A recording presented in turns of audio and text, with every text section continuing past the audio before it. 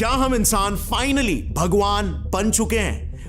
जिस तरह भगवान ने अपने एक अंश से हम इंसानों को बनाया, रिसेंटली कोलंबिया यूनिवर्सिटी के साइंटिस्टों ने भी एक कैंसर पेशेंट की जान बचाने के लिए उसका एक मिनी क्लोन बनाया, यानी एक असली इंसान का हूबहू कॉपी, ताकि ओरिजिनल पेशेंट की बॉडी कीमोथेरेपी से कैसे रिएक्ट करेगी इसे वो टेस्ट कर सके। पर आखिर ये छुटकू सा ह्यूमन क्लोन यानी इंसानों का कार्बन कॉपी दिखता कैसे? क्या वो अब जिंदा भी है? और ह्यूमन क्लोनिंग तो मोस्ट ऑफ द कंट्रीज में तो बैंड है ना, इलीगल है। Known cloning techniques to actually create a human being is untested, unsafe, and morally unacceptable. So, ऐसा कौन सा लूप होल है जिसकी मदद से ये साइंटिस्ट और इवन अब तो कुछ कंपनीज तक सीक्रेटली ह्यूमन क्लोन्स बना रहे हैं? और अगर ऐसा है तो क्या ऐसा नहीं हो सकता इनमें से कितने ही क्लोन्स आज हमारे बीच में कहीं पर सीक्रेटली रह रहे हैं? मॉडर्न साइंस ना आज कितना एडवांस हो चुका है, हमें से कितने लोगों को तो इसकी जरा सी भी खबर नहीं है। और ये तो लेटेस्ट टेक्नोलॉजी की बस सिर्फ एक झलक थी। यूके की एक पीएचडी स्टूडेंट एलेक्सिया लोपेज ने तो रिसेंटली ब्रह्मांड का एक ऐसा विशाल मेगा स्ट्रक्चर ढूंढ निकाला है जिसे फिजिक्स के सिद्धांतों के हिसाब से एग्जिस्ट ही नहीं करना चाहिए था। इस विशाल स्ट्रक्चर का नाम है द बिग रिंग, और ये कैसे हमारी यूनिवर्स की समझ को एक कदम और आगे बढ़ाएगा, इसे हम आगे थोड़ा डिटेल में डिस्कस करेंगे। बट जितनी तरक्की आज विज्ञान बड़े स्केल पर कर रहा है ना, उससे कहीं ज्यादा इंटरेस्टिंग टेक्नोलॉजी तो माइक्रो स्केल पर डेवलप हो चुकी है। इस वीडियो को जरा ध्यान से देखना, कैसे ये स्प्रिंग जैसी दिखने वाली सूक्ष्म सी चीज अपने आप ही तेजी से घूम रही है, और कैसे वो एक सुस्त स्पर्म यानी कि वीर्य को पकड़कर एग के अंदर घुसा रही है। जानते हो ये चीज क्या है? ये एक छोटा सा रोबोट, नैनो रोबोट या नैनोबॉट है, जिन्हें साइंटिस्ट ने कैंसरस सेल्स को टारगेट करके मारने के लिए बनाया। अब एग्जैक्टली साइंटिस्ट ये कैसे कर रहे हैं, इसकी टेक्निक भी आप कुछ ही मिनटों में जान जाओगे, and you are going to be mind blown. पिछले सेंचुरी की तरह ही इस सेंचुरी में भी ऐसे कई सारे कमाल के डिस्कवरीज और इन्वेंशंस हुए हैं जो कि दुनिया को आगे बदलने वाले हैं, लेकिन किसी ने उन पर ध्यान ही नहीं दिया क्योंकि हम तो इंस्टाग्राम में बिजी थे। इसीलिए आज का ये वीडियो उन्हीं ग्रेटेस्ट साइंटिफिक अचीवमेंट्स के नाम है जो इंसानी सभ्यता को नेक्स्ट लेवल पर लेकर जा रहे हैं। Let us start with the first big discovery, the big ring. देखो, रात में नॉर्थ की दिशा की ओर अगर आप यहां पर बूटस कॉन्स्टेलेशन और उर्सा मेजर कॉन्स्टेलेशन के बीच में ध्यान से देखोगे तो आपको एक ऐसा बड़ा सा रिंग जैसा स्ट्रक्चर दिखाई देगा। इसी का नाम है द बिग रिंग। ये इतना विशाल है कि एस्टिमेट्स बताते हैं कि इसकी चौड़ाई नापने के लिए हमें करीब 13,000 मिल्की वे गैलेक्सीज को एक लाइन में अरेंज करना पड़ेगा। और एग्जैक्टली यही बात इसे फिजिक्स के सिद्धांतों के बिल्कुल अगेंस्ट लेकर चली जाती है। Let me explain you how. Actually में साइंस में एक पुराना सिद्धांत है कॉल्ड द कॉस्मोलॉजिकल प्रिंसिपल, जो कहता है कि इस ब्रह्मांड में ऑन अ लार्जर स्केल कोई भी स्पेस यानी कि जगह स्पेशल नहीं होती। हर जगह पर आप ऑलमोस्ट सेम ही चीजें देखोगे और हर जगह फिजिक्स के सभी लॉज भी एक जैसे ही काम करेंगे, क्योंकि इस प्रिंसिपल के अनुसार आज से करीब 13.8 बिलियन साल पहले जब बिग बैंग हुआ था, जिसने बाय द वे अगर आपको नहीं मालूम तो हमारे यूनिवर्स को जन्म दिया था, तो उस वक्त विद इन माइक्रो सेकेंड्स एक सिंगल पॉइंट में समाई हुई सारी एनर्जी किसी बॉम्ब से निकले परखच्चों की तरह चारों दिशाओं में फेंकी गई थी, जिससे फिर आगे चलकर हाइड्रोजन, कार्बन, ऑक्सीजन, इन सभी एलिमेंट्स के एटम्स बने। यही वजह है कि अगर आप इस ब्रह्मांड के शुरुआती समय के रेडिएशंस यानी कि कॉस्मिक माइक्रोवेव बैकग्राउंड रेडिएशंस, जिसे CMBR बोलते हैं फॉर शॉर्ट, को ध्यान से अगर देखोगे तो वहां भी except for some small dark spots here and there, आप देखोगे कि ये रेडिएशंस हर तरफ इक्वली फैले हुए हैं। लेकिन अभी जो द बिग रिंग नाम का मेगा स्ट्रक्चर हमें मिला है वो इस कॉस्मोलॉजिकल प्रिंसिपल के बिल्कुल अगेंस्ट जाता है, क्योंकि it represents a special place in the universe जहां पर ब्रह्मांड का एक अच्छा खासा अमाउंट ऑफ मास कॉन्सेंट्रेटेड है। प्लस अगर सिर्फ एक ऐसा स्ट्रक्चर हमें मिलता तो भी ये ठीक था, एक एनोमली हो सकती है, या फिर हम बोल भी सकते थे कि शायद साइंटिस्टों को इससे मापने में कोई गलती हुई हो। लेकिन साइंटिस्ट को ऐसे और भी 3 स्ट्रक्चर्स मिले हैं, Clowes Campusano group, the great wall और द जायंट आर्क, जो लगभग इतने ही बड़े हैं। So what now, you may ask कि फर्क क्या पड़ता है कि कॉस्मोलॉजिकल प्रिंसिपल डिस्प्रूव हो जाए, इससे क्या हो जाएगा? ब्रह्मांड इक्वली डिस्ट्रीब्यूटेड है या नहीं है, इससे हमें क्यों फर्क पड़ना चाहिए? दैट्स बिकॉज़ बिना कॉस्मोलॉजिकल प्रिंसिपल के हमारे फिजिक्स के ऑलरेडी टफ कैलकुलेशंस और भी 10 गुना हार्ड हो जाएंगे, क्योंकि जब आप पृथ्वी पर आज कोई एक्सपेरिमेंट करते हो और फिर उसे लेट्स से 5 साल बाद फिर से रिपीट करते हो, तो भले ही आपने वो एक्सपेरिमेंट सेम लैब में भी क्यों ना किया हो, उन 5 सालों में हमारी पृथ्वी, वो जिसमें मौजूद है वो सोलर सिस्टम, हमारे मिल्की वे गैलेक्सी और ये गैलेक्सी जिसमें एम्बेडेड है वो लोकल ग्रुप, ये सबकी मूवमेंट मिलाकर हम at least millions and billions of kilometres move कर चुके होते हैं इन स्पेस। अब अगर कॉस्मोलॉजिकल प्रिंसिपल ना हो जो ये कहता है कि हर जगह फिजिक्स के लॉ सेम है, तो हमें पृथ्वी पर किए जाने वाले सभी एक्सपेरिमेंट्स में हमारी स्पेस में जो करंट पोजीशन है उसे भी हर बार कंसिडरेशन में लेना होगा for accurate calculations, which basically means इस एक अकेले डिस्कवरी ने हमारी फिजिक्स और यूनिवर्स की पूरी अंडरस्टैंडिंग को चैलेंज करके रख दिया। And now only time will tell कि साइंटिस्ट इस यूनिक पॉटहोल से हमें कैसे बाहर निकाल सकते हैं। अब बढ़ते हैं दूसरे बड़े साइंटिफिक अचीवमेंट की तरफ, जो है नैनोबॉट्स। एक इंसानी शरीर काफी कॉम्प्लेक्स होता है। डॉक्टर्स कितने भी एक्सपीरियंस क्यों ना हो, कई ऐसी सर्जरीज होती है जिसमें कॉम्प्लिकेशंस को अवॉइड करना एक्सट्रीमली मुश्किल होता है। जैसे फॉर एग्जांपल यहाँ पर हमारे कान के बिल्कुल बगल में ही एक पैरोटिड ग्लैंड होता है। ये ग्लैंड ना अगर ट्यूमरस हो जाए और उसे निकालने की नौबत आ जाए तो ऐसी सर्जरी परफॉर्म करना एक्सपीरियंस सर्जन्स के लिए भी एक्सट्रीमली ट्रिकी हो जाता है। अगर गलती से भी ट्यूमर कट करते वक्त ये फेशियल कट हो गई तो पेशेंट का आधा फेस ही पैरालाइज हो जाएगा। Then similar dangers thyroid operation के दौरान भी होते हैं। गलती से भी अगर रिकरेंट लैरिंजियल नर्व कट हो गई जो हमारे वोकल कॉर्ड्स को कंट्रोल करती है, तो पेशेंट हमेशा हमेशा के लिए गूंगा हो जाएगा। अब यार, इंसान तो इंसान ही ठहरे, गलती किसी से भी हो सकती है, और इसीलिए पिछले कई सालों से हमारे मेडिकल प्रोफेशनल्स को डेस्परेटली ऐसी टेक्नोलॉजी की जरूरत थी जो कि लीस्ट इन्वेजिव हो, यानी कि कम से कम चीर फाड़ करने की जरूरत पड़े, जिससे पेशेंट्स बीमारी से ज्यादा ट्रीटमेंट से ही डरने या उसे रिग्रेट करने पर मजबूर ना हो। और इसीलिए रिसेंटली साइंटिस्टों ने ऐसे नैनोबॉट्स बनाए जिन्हें बस अगर किसी ड्रग की तरह आपके शरीर में इंजेक्ट कर दिया जाए तो वो बिल्कुल टारगेटेड तरीके से पैरोटिड, थायराइड या कहीं के भी ट्यूमर्स हो, उन्हें बिना किसी कॉम्प्लेक्स सर्जरी के खत्म कर सकते हैं। जैसे फॉर एग्जांपल ये जो स्पर्म नैनोबॉट फ्यूजन हमने शुरू में देखा, इसको रिसेंटली साइंटिस्टों ने और अपग्रेड करके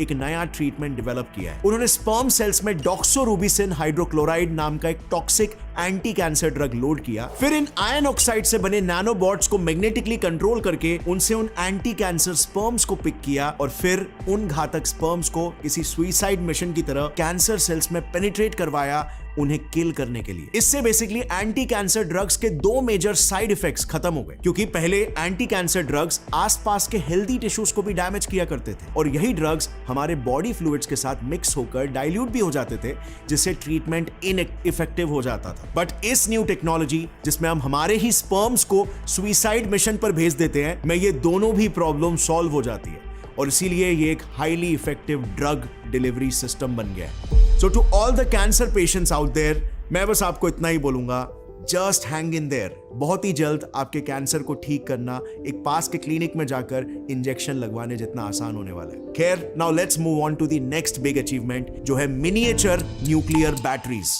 इमेजिन करो एक फोन जिसे कभी भी चार्ज ही नहीं करना पड़े, एक रिमोट या घड़ी जिसका सेल कभी भी बदलने की जरूरत ही ना पड़े, और एक कैमरा जो आपके बेस्ट मोमेंट्स को कैप्चर करते वक्त बीच में ही अपना दम ना तोड़ दे। वेल, गेस व्हाट, अगले 4 से 5 सालों में ये एक्चुअली पॉसिबल हो सकता है। एक चाइनीज कंपनी है Beijing beta volt new energy technology limited करके, उन्होंने एक ऐसी न्यूक्लियर पावर्ड बैटरी बनाई है जो है तो किसी सिक्के जितनी छोटी, लेकिन वंस मैन्युफैक्चर्ड वो बिना किसी चार्जिंग या मेंटेनेंस के अगले 50 सालों तक आपके डिवाइसेस को चार्ज रख सकती है। बस हाल ही में ही वर्ल्ड न्यूक्लियर एसोसिएशन ने भी इसे अपने ऑफिशियल लिंक्डइन हैंडल पर प्रमोट किया था। Looking at which Beijing Betavolt people are positive, वो साल 2025 तक इन न्यूक्लियर पावर्ड बैटरीज को मार्केट में उतारना शुरू भी कर देंगे। अब ये काम कैसे करता है? वेल, इसमें निकल का एक रेडियो एक्टिव आइसोटोप निकल 63 होता है, जिसे 2 सिंथेटिकली मेड डायमंड लेयर्स के बीच में प्लेस किया जाता है। सो जब ये निकल 63 डीके होता है, रेडियो एक्टिव डीके, और हाई एनर्जी बीटा पार्टिकल्स या simply high speed electrons release करता है, तो वो इलेक्ट्रॉन्स डायमंड के एटम से उनके इलेक्ट्रॉन्स को नॉकआउट करके बाहर उड़ा देते हैं। अब इससे ऑब्वियसली डायमंड के स्ट्रक्चर में एक तरफ काफी ज्यादा इलेक्ट्रॉन्स जमा हो जाते हैं और दूसरी तरफ उनकी कमी हो जाती है। तो बस इन्हीं 2 लो और हाई डेंसिटी रीजन्स को अगर वायर से जोड़ दो तो उसमें से करंट फ्लो होना शुरू हो जाएगा। अब technically this is exactly similar to solar cells. Actually फर्क बस इतना है कि यहां पर इलेक्ट्रॉन्स को नॉक करने के लिए सनलाइट के फोटॉन्स नहीं बल्कि एक रेडियो आइसोटोप के बीटा पार्टिकल्स यूज होते हैं। पर आपके दिमाग में भी ये सवाल आएगा जाएगा कि यार न्यूक्लियर पावर के लिए तो विशाल पावर प्लांट्स लगते हैं, हजारों सेफ्टी प्रिकॉशंस लेने पड़ते हैं, उसके कोर को ठंडा रखने के लिए उसे पानी में डुबो के रखना पड़ता है एंड सो ऑन। तो इतनी कॉम्प्लेक्स टेक्नोलॉजी आखिर इस बीजिंग बीटा वोल्ट ने एक सिक्के जितने छोटे बैटरी में कैसे फिट कर लिया? वेल, वो ऐसे कि unlike traditional nuclear power plants जहां पर न्यूक्लियर एनर्जी पहले थर्मल और फिर इलेक्ट्रिकल एनर्जी में कन्वर्ट होती है और स्ट्रॉन्ग न्यूक्लियर फोर्स जो कि third fundamental force of nature है उसे यूज किया जाता है, यहां पर बीजिंग बीटा वोल्ट में on the other hand nuclear energy को डायरेक्टली इलेक्ट्रिकल एनर्जी में कन्वर्ट किया जा रहा है और वीक न्यूक्लियर फोर्स जो कि fourth fundamental force of nature है उससे पावर किया जा रहा है इन बैटरीज को and hence these batteries are very small. पर एनीवे, रेडियो एक्टिविटी तो इन्वॉल्व है, तो सेफ्टी का क्या? रेडियो एक्टिव सुनते सबसे पहले आपके दिमाग में तो कैंसर ही आया होगा। सो वेल, इस बैटरी में क्योंकि निकल 63 का रेडियो एक्टिव कोर इस्तेमाल हुआ है, वो जैसे हमने जाना वीक न्यूक्लियर फोर्स से पावर्ड है, यानी कि लो पेनिट्रेटिंग पावर वाले बीटा पार्टिकल्स एमिट करते हैं। अब ये ट्रेडिशनल न्यूक्लियर प्लांट्स में इस्तेमाल होने वाले यूरेनियम 235 कोर जितना खतरनाक स्ट्रॉन्ग न्यूक्लियर फोर्स नहीं पैदा करते, यानी कि डायमंड जैसे दुनिया के one of the hardest substances को पेनिट्रेट करने के बाद देयर इज नो चांस कि ये beta particles beta volt battery की प्रोटेक्टिव केसिंग को भी भेद पाएंगे। सो ऑल इन ऑल ये नेक्स्ट जनरेशन बैटरीज काफी ज्यादा ही सेफ होंगे। बट फिर भी एक्स्ट्रा प्रिकॉशंस के तौर पे बीटा वोल्ट कंपनी अपने इन बैटरीज को पहले सिर्फ मेडिकल डिवाइसेस और स्पेस टेक के लिए सप्लाई करने वाली है और फिर थरली टेस्ट होने के बाद ही हम इन बैटरीज को कॉमन कंज्यूमर प्रोडक्ट्स में देख पाएंगे। Now let's move on to our fourth and the most important achievement, जो है एक क्लोनिंग ब्रेक थ्रू। जैसे कि हमने शुरुआत में जाना था, बहुत सालों तक हमें लगता था कि ह्यूमन क्लोनिंग या even animal cloning in general illegal होता है, बट देन जिस तरह की खबरें रिसेंटली सामने आ रही है, ऐसा लग रहा है कि सीक्रेटली क्लोनिंग की एक काफी फ्लरिशिंग इंडस्ट्री खड़ी हो चुकी है और लोग इससे मोटे पैसे छाप भी रहे हैं। अब ये आखिर कैसे हो रहा है? देखो, साल 1996-97 में जब पहला क्लोन्ड जानवर डॉली द शीप सबके सामने आया, तो कुछ साइंटिस्ट तुरंत इसी क्लोनिंग टेक्नोलॉजी को इंसानों पर भी टेस्ट करना चाहते थे। उनका मानना था कि वो इस टेक्निक से इनफर्टाइल कपल्स की मदद कर सकते हैं। इसी बीच फिर एक अमेरिकन क्लोनिंग कंपनी क्लोनेड का जन्म हुआ और उसने तुरंत डॉली के लिए इस्तेमाल की गई cloning technique somatic cell nuclear transfer को इंसानों पर भी यूज करना शुरू कर दिया। बेसिकली इस टेक्निक में वो लोग पेरेंट से उनके कुछ टिश्यू सैंपल्स ले लेते थे और फिर उसमें से एक टिश्यू के सेल्स में से न्यूक्लियस निकालकर उसकी जगह पर दूसरे टिश्यू के न्यूक्लियस को इंजेक्ट कर देते थे और उसके बाद उन सैकड़ों सैंपल्स में से जो भी सेल मल्टीप्लाई करने लग जाते, उसे एक एम्ब्रियो के स्टेज तक ग्रो करने के बाद एक सरोगेट मदर के यूटेरस में इंप्लांट कर दिया जाता था। इस प्रोसीजर के अंत में फाइनली जो बच्चा पैदा होता था वो हूबहू अपने उस पेरेंट का क्लोन होता था, उसका कार्बन कॉपी जैसा दिखता था जिसका उसे न्यूक्लियस मिला था। सिंपली पुट, वो एक तरह से अपने पेरेंट का एक हूबहू जुड़वा होता, जस्ट एक अलग टाइमलाइन से। अब इसी टेक्नोलॉजी को यूज करके क्लोनेड की सीईओ ब्रिगेट बॉयसेलियर का यह दावा है कि उन्होंने एटलीस्ट 20 ह्यूमन क्लोन्स ऑलरेडी बना लिए और उनमें से पहली बेबी ईव दिसंबर 26, 2002 को पैदा भी हो चुकी है। विच मीन्स आज ईव एक 22 साल की आम कॉलेज गोइंग लड़की बनकर शायद हमारे बीच ही कहीं पर रह रही है और ये फैक्ट कि वो इंसान का ही एक क्लोन है उसे शायद पता भी नहीं। बट क्लोनिंग तो बैंड है, राइट? सो ये कैसे पॉसिबल हो रहा है? Well, it turns out that's just the half truth. Firstly, human cloning सिर्फ 46 कंट्रीज में ही बैंड है out of total 195 countries that we have now. और इसीलिए क्लोनेड ने भी ईव और बाकी के क्लोन बेबीज को अपने होम कंट्री यूएसए के बाहर डेवलप किया। दूसरी बात, जिन 46 देशों ने इसे बैन किया है उसमें से भी ऑलमोस्ट सभी देशों में सिर्फ ह्यूमन क्लोनिंग बैंड है, एनिमल क्लोनिंग नहीं। यानी कि एनिमल्स पर क्लोनिंग के ट्रायल्स करके क्लोनिंग टेक्निक को पॉलिश करना जोरों शोरों से सभी देशों में चालू है। इनफैक्ट आपको शायद पता भी नहीं होगा, पर आज के समय में कई सारे फॉरेन सेलिब्रिटीज अपने पेट्स के आखिरी समय में उनके टिश्यू के सैंपल्स कलेक्ट करते हैं और उन्हें US based ViaGen Pets, China based Sinogene या फिर South Korea based Sooam Biotech को सेंड करते हैं and then within just 2 to 3 months उनके मरे हुए पेट के क्लोन्ड पपीज उनके घर पर डिलीवर कर दिए जाते हैं। यानी कि आज के तारीख में हम क्लोनिंग में इतने आगे बढ़ चुके हैं कि अगर ये बैन पूरी तरीके से हट जाए तो हम किसी भी इंसान का एक बिल्कुल डिट्टो कार्बन कॉपी, बिल्कुल क्लोन क्रिएट कर सकते हैं। इनफैक्ट शुरुआत में मैंने कोलंबिया यूनिवर्सिटी के जिन साइंटिस्टों की बात की थी जिन्होंने कैंसर पेशेंट का एक मिनिएचर क्लोन बनाया था, वो हमारी इसी ह्यूमन क्लोनिंग एबिलिटी को दर्शाता है। इस रिसर्च के लीड साइंटिस्ट प्रोफेसर गॉर्डाना वुंजुक नोवाकोविच और उनकी टीम ने सबसे पहले 4 सेपरेट कंपार्टमेंट्स में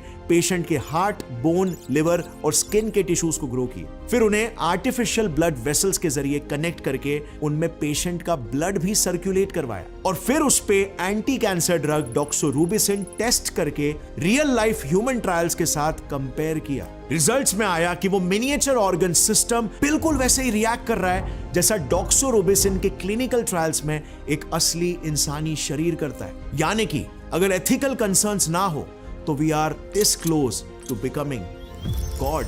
सो फ्रेंड्स, इस वीडियो को अपने फ्रेंड्स और फैमिली मेंबर्स के साथ जरूर शेयर करना। जैसे आपको पता है, हमारा मिशन है कि हम इंडिया में साइंटिफिक थिंकिंग फैलाना चाहते हैं और एक साइंटिफिक कल्चर डेवलप करना चाहते हैं जो हर एक इंसान को अपनी लाइफ में तो एम्पावर करेगा ही, बट हमारे देश के लिए भी ब्रिलियंट माइंड्स और साइंटिस्ट क्रिएट करेगा। So thank you so much for watching. See you next time. तब तक के लिए टेक केयर। जय हिंद।